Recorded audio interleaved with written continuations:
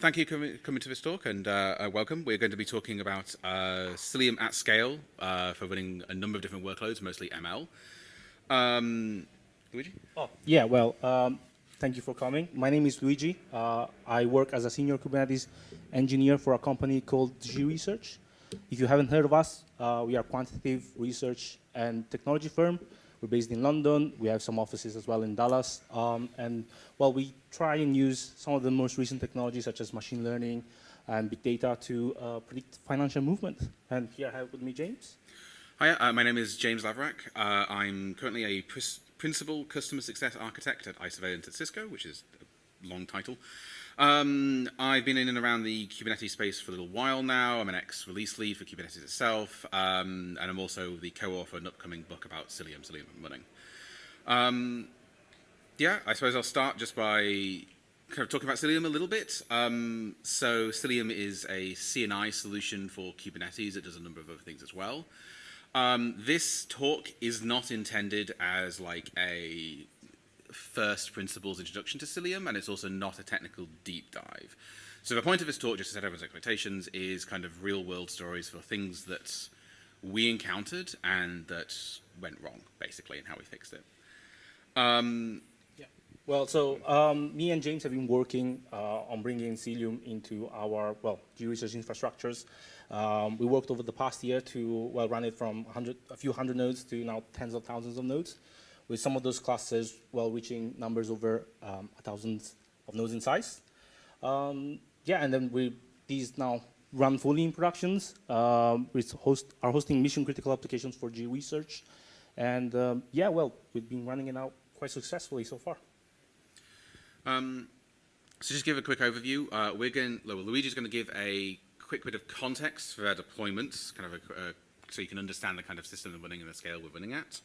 And then we've got 3 stories. We've got one about map pressure, one about contract, and then a little bonus story that happened a bit more recently. And there's a little flavor about some of the problems we encountered. I do have to give a quick disclaimer. So this is an open source event. Cilium is an open source product. In production, they actually run an enterprise version of Cilium made by Isovalent. Everything that we are talking about is fully in the open source version. So everything that we're doing is open source metrics, open source solutions. So yeah, there's no vendor pitch here, if you see what I mean. Just a quick disclaimer for you. Luigi, why do you run Kubernetes? How do you run Kubernetes? Well, we have quite a big high-performance computing environment that runs entirely on-prem, air-gapped, deployed on top of our private cloud. We run Kubernetes directly on bare metal machines. These are owned and operated by G Research. And we deploy pure Kubernetes, pure upstream Kubernetes. We don't make use of any distributions. Rely on fully custom automations framework that we built from scratch. Mostly really because we built it ahead of time. I think we're talking about 5 to 6 years ago, maybe a bit more. Next slide. Sorry, I got it. Oh, yeah, no worries. I got it quicker. Yes, what do we use Kubernetes for? Among many different things, we run Kubernetes to operate our cloud farm, which is essentially large-scale clusters with thousands of nodes. We run a diverse mix of workloads, and some of these can run for a few minutes. Others run for days, which sometimes can be quite challenging for us. And currently, our cloud farm processes over 4 to 5 million jobs per day on average. Heard as well, we sometimes peak at 11 millions, depending on the days. As a side, we do use Armada, by the way. If you haven't heard of it, is a scheduling systems that we have developed and donated to the CNCF foundations. You find us at armadaproject.io in case you were interested. I'm going to talk to you about some of the challenges that we have to tackle. For security and compliance reasons, we have to segregate certain workloads based on the type of data that they use. Initially, in G Research, we tackled these by run entirely separate physical network, separate compute infrastructures, we had, of course, different Kubernetes clusters for each level of segregations. These we found out quite soon that it was quite hard to maintain. It was very inefficient as well. Every changes that we had to do we had to, well, roll out multiple times. It adds to the challenge as well the fact that some of these environments you could only access from specific locations. So we now run everything in what we call merge clusters. And we use, well, network segregations at the namespace level with things like network policies from Cilium. It's about thousands of namespaces, all isolated from a networking perspective. And this helps us, maximizing hardware utilizations and meeting our security requirements. Well, the setup introduces quite a few layers of complexity on top, and some of these we have tackled now with Cilium. And we'll cover some of the topics, well, some of these topics we'll cover today. Just as an aside, I wanted to kind of explain why we're using Cilium, why did we pick it. Essentially, we just really like it. We think it's quite, the observability part of it was really, well, what at least caught my attention. And then as a company, I'd say we really are trying to future-proof ourselves. We're trying to build the technologies by looking into how things will look like tomorrow. And well, we believe that eBPF-based networking in Kubernetes is the future. So that's why we decided to go with Cilium. So that's the what and the why. So let's talk about everything that went wrong. So first of all, we'll talk about map pressure. So to set the scene here, we're scaling up from a couple of hundred to about 1,000 nodes over a space of about a week. I live in Bristol, so I work remote, but for this I have gone on-site into London for a few days in order to help support this. So I'm in their offices. And I get in about 9:30 a.m., which is when we start. And before we do anything, before we want to add any more nodes, we think, let's take a look at the metrics for what's running there now and see how things are. Oh, yeah, so first thing we see, not exactly something I was expecting, a huge spike in, well, Cilium operator error. And yeah, that number is true. We just saw 110,000 error per second. On map operations. Yeah, on map operations. We'll get to in a second what that means. We also look at map pressure. We can see that map operations are having problems. So the map pressure, as you can see, for most nodes is now at or over 100%, which is not good.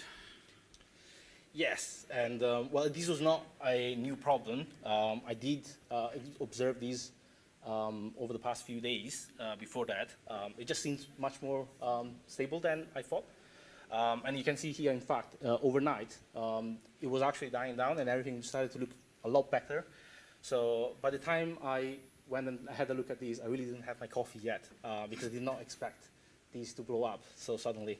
So yeah, as you can see, about 9:30 in the morning, yeah, things just decided to explode. And I really should have gotten that coffee. Yeah, it was a fun one. It's a fun morning. All right, so as a very quick side note for those less familiar with eBPF, you might wonder what a map is. It's effectively a generic term for a data structure in kernel for eBPF. When you think map, if you're a programmer, you might think this is like a key value map. They're not always like that. Some of them are. Just think of it as data in kernel. And Cilium uses these for all sorts of stuff. It uses it for policies, contract, just about everything you can think of is a map in Cilium's case. So you might wonder what map pressure means. This is just how full the map is in a percentage. So at or potentially over 100%, which I think is just a measurement error, is bad because that means the map is full and it can't fit any more elements in it. So we thought, well, we're seeing some maps full. Maybe we can just fix that by making, what do we think? Make the maps bigger? Yeah, absolutely. Yeah, that's exactly what we tried. We looked at a few settings that we could maybe tune. So we found one called map dynamic size ratios. So we increased that, well, from 0.025 to 0.1, but that unfortunately did not help. And I like to stress the fact that I didn't have coffee yet because we found out later it was a different settings that we should have tuned. Yeah, wrong setting. Didn't do anything. Yeah, but yeah, at the time we unfortunately did not know. Which brings up an important point. There are different maps from Cilium's perspective. Which one was full in particular? It was the policy map. You might wonder what this does. So every pod on a Cilium managed node has a policy map. And this actually is like a sort of key value-ish thing that describes for kind of other identities, so other things in the cluster, and like protocol and port and things like this, whether it should be allowed or not. And the consequence of this being full is that if you made a policy change, so you added a new Cilium network policy, or you launched a new pod that got a new identity or something, then that change might not get propagated to the data path, and therefore it might not be fully in sync. So this means you could end up with things being allowed that shouldn't be, or things that block that shouldn't be, that there was no guarantee that policy was going to be in a consistent state from here, which is, of course, you know, pretty bad. Yeah, so why, I guess, the map was full. Just to give you, before that, a small recap. We have about 1,000 namespaces in our Kubernetes clusters, maybe a bit more. Security for us is enforced at the namespace level, and so we deploy one Cilium network policy per namespace among other cluster-wide network policies as well. So we have about 1,000 network policy objects among all of them, but that many policy is not really an issue. Otherwise, we would have seen it, I guess, in the open source world. So why exactly was it full? And it was at that point, well, that James kindly asked me what was these clusters about, what we were using it for. And yeah, I just answered, yeah, it's Armada. It's a job scheduler. We just submit a lot of jobs. So what this meant in particular, when we took a bit of a closer look at things, was what was happening was Armada, for its own reasons, which make a lot of sense, puts a label on every pod which is effectively unique on every single pod. So I brushed over this earlier, the idea of identity. So Cilium has this internal concept of identity. So when you say you're allowing traffic from a certain location, that's tracked as an identity. Cilium generates these identities dynamically from the labels on the pods. And if multiple pods share the same labels, they share the same identity from Cilium's point of view. So what happened is that every single pod had a unique identity, and because we were selecting each namespace in each policy, that meant that every single pod had a policy map which listed effectively the identity of every single other pod as an identity. So we ended up with like an n squared problem going thing. So what happened here is the default policy map size is about 16,000 slots, and we had gone over 16,000 pods, which is why everything just went into a horrible disaster meltdown. So that's what happened here. So what did we do to fix it? Really, the fix after we understood the problem was quite easy. Cilium allows you to set, whichever labels you need to create identities. So what we did was essentially exclude all the Armada labels that did not make sense for us and limited only for the one we were sure of, essentially making sure there was a one-to-one mapping between a namespace and an identity. This is how it looked after. Everything was way better. Actually, you can't see it very well here, but these are not even the same map that we were looking at. These are completely different maps. I think these are contract or global Those are contract maps, yeah. Yeah. This dashboard was showing like the worst map on each node, but it was no longer even policy, because it just fixed it immediately. The problem essentially disappeared. And well, key takeaway, so we consider already namespace to be the security boundary. We just didn't tell Cilium. So after doing that, sort of things out. So that was a fun morning. So our next problem that we kind of moved on to after this was around contract. And I'll have to explain contract in a moment, but bear with me for a second. So what we started seeing when we looked more into metrics is a high CNI error rate. So we noticed that we were getting errors during CNI deletes. So this is when you remove a pod and the container runtime tells the CNI to delete its kind of network information. And we saw an uptick in errors. We unfortunately didn't take a screenshot of this one. And when we had a bit of a dig around, we noticed it was failing sometimes, but not always, which is the most annoying kind of bug to find. So we dug into the agent logs, and we found things like this. So if you take a look at that, we can see an endpoint delete request come in, then nearly exactly 10 seconds pass, and then it tells us that it's ignoring an error while deleting it, and there's an error message there giving us something about proxy redirects and context deadline exceeded, and then it immediately just removes it anyway. these are the kind of errors that we're getting. We're like, okay, that's a bit strange. So we dig into this a little bit more, and like, what on earth does this mean? You know, context deadline exceeded is like a timeout of some kind.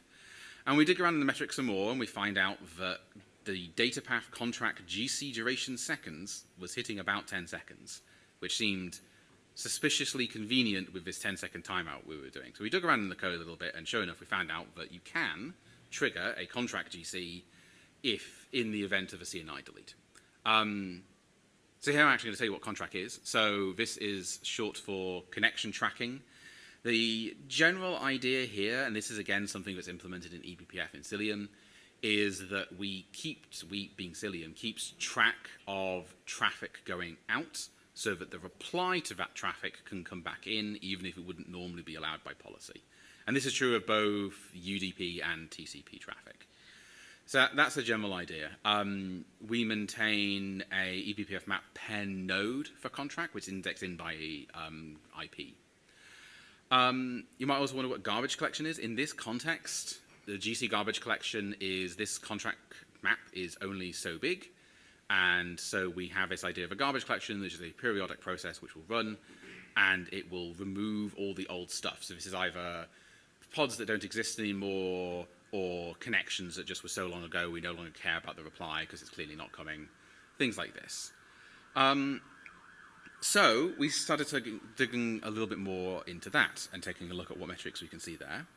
And we could see that most of the time the contract GC was fine. Like you can see the quantiles on the top, and the P50 is under a second, and the P95 is about 3 seconds. But the maximum time, you can see in that bottom graph, was hitting between 10 to 20 seconds. This meant that very occasionally it was spiking up really high, and then it was timing out. Yeah, so what do we know so far, right? Well, contract GC seems to be triggered now on CNI deletes. Most of the time it was fast, but even under within the 95 percentile, it was under 3 seconds. And sometimes, very rarely, it was taking more than 10 to 20 seconds, to complete. Which, when it occurred during a CNI operations, of course, was causing CNI error. At which point we started to dig a bit more deeper into the logs. And this is what we found, finally. There was essentially a garbage collection interval that was being recalculated dynamically. You can see here the actual previous interval was about 4.5 hours, and the next one was somehow calculated to be 7 hours into the future. So what we decided to try and do here, kind of a hunch, we decided to tune the dynamic GC interval. There's a settings again for Cilium to set this up. So this means effectively that we keep this dynamic behavior that Cilium has to do garbage collections for the contract, but we set our maximum interval, in this case, to 10 minutes. And that's just an arbitrary number we picked. We just picked a number and went for it. And yeah, this is how it started to look like after we managed to roll out the change. At the 95 percentile, you can see it managed to go from what it was before 2-3 seconds to about half a second to a second. And then, everything else stayed the same. You could see as well that in terms of singular measurement, the GC durations was, again, coming down. Pods that were using, taking more than 10 to 20 seconds to run the garbage collection started to, take a normal amount of time.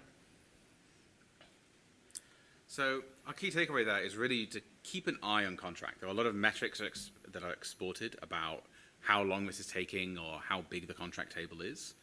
And especially where you have lots of traffic, or if you have workloads that have kind of spiky traffic profiles, it can be a good idea to keep an eye on this just to make sure that things aren't starting to get a bit out of hand. Because if we'd been paying attention to contract before this point, we would have caught it before it started erroring out CNI deletes, for example. Right, time for a bonus story. How to make Cilium use 1 terabyte of memory. How do we do that, I guess?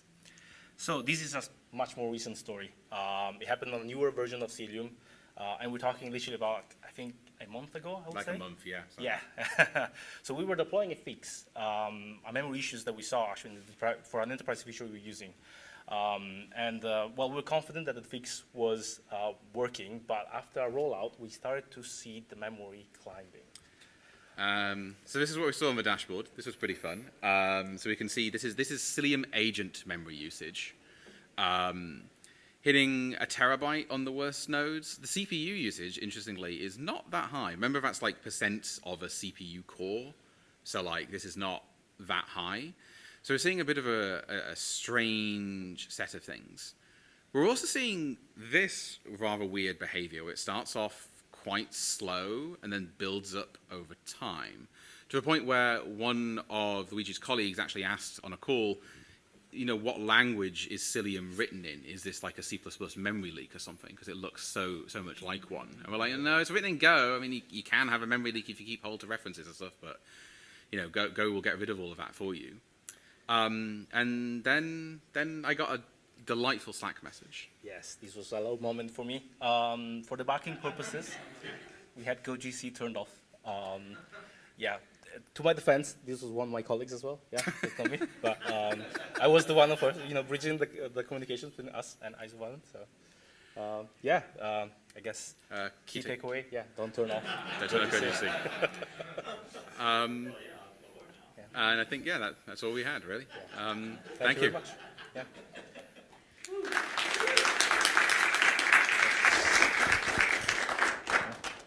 Time for questions? Yeah. Questions? Raise your hand if you could, or indicate, raise a leg, anything. I know it was a really good talk, right? And left you speechless. Okay, we've got one customer right here. Yeah. Really good talk. Thank you very much. I have like a really simple question. When you mentioned earlier on about CNI solution, what does CNI stand for? Container networking interface. So when you deploy Kubernetes, there's a kind of this pluggable set of interfaces you can use. So CNI is just how the networking is provided. There are a bunch of them in the CNCF. So Calico is another CNCF provided one, which I don't know much about. And there are a bunch of third-party ones that, like, outside of a CNCF are also CNIs. It's just what provides the networking for a cluster. Got it. I'm kind of new to the space, so I appreciate that. Sure. Thank you. Great question. Anybody else? Okay. No. You said with the contract issue that it was previously taking 4 hours. No, So- it wasn't taking 4 hours. So, So the next cleanup was scheduled in 4 hours. Yeah. So what happens with this dynamic thing is that every time it could do a contract GC, it will check to see if it's elapsed enough time since the last interval. Because the GC is expensive, right? Like it has to like stop the world and go do a bunch of stuff and faff around at some EBF maps. Which meant, of course, like our solution of making it happen more often did have a CPU usage impact, Yeah, exactly. but it was just like considered not as bad as this. But why would it take such a large interval between? So I actually had a slide that answered this question, and the answer is I don't know, which is extremely Sorry. unsatisfying. And the problem is that we only really saw this behavior on GR's cluster at like hundreds of nodes, Sure. and like trying to replicate it was just so difficult. My suspicion is it's because of extremely spiky traffic patterns. That's just going to fill up the contract Well, no, weirdly. I think that I don't know this. I don't have evidence, but my suspicion is that what's happening is that you had nodes which didn't have very much traffic, or like a low level of traffic, and then they got a workload scheduled onto them and did a load of traffic that filled up the contract table very quickly. And I don't know how fast the dynamic thing can like That makes sense. Sure. reconcile how fast it figures itself out. So the problem was not that like the interval was going up from 4 to 7 hours. It's that the rate of filling was different to the interval. Yeah. It was that it couldn't figure that out, I think, was a problem. So we're setting it to 10. We pay the cost of more CPU usage, but it was That's reasonable. Okay. reasonable. Thanks, man. to this. Great question. Anyone else? Okay. Thanks very much. Indeed, that was amazing. Thank you, James and Luigi. Let's give them a round of applause.